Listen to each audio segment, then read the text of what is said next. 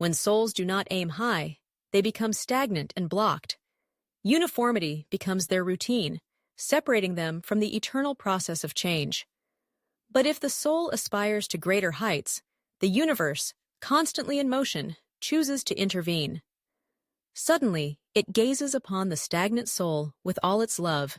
This eternal gaze is enough to initiate the process of transformation in a soul that is still alive.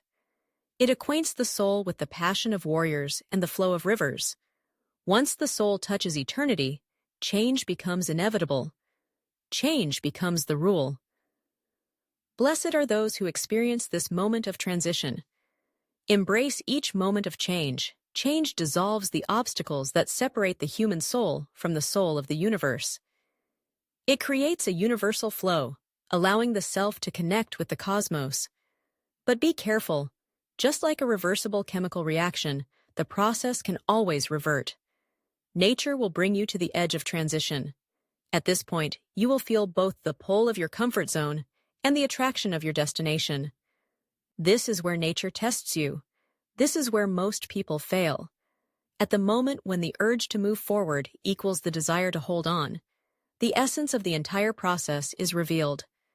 Your steps can advance only if your commitment to your own journey is stronger than your hesitation. In such moments, ask your heart to push you forward. Even if your steps falter and your soul hesitates, tell your heart to push you when you cannot move forward on your own. The heart knows the story of the saint who was warned not to look back, lest he turn to stone. The heart will tell you, "I will not let you freeze." It will let you feel the warmth of its presence. And if you believe in the purity of your desire, you will never lose your way.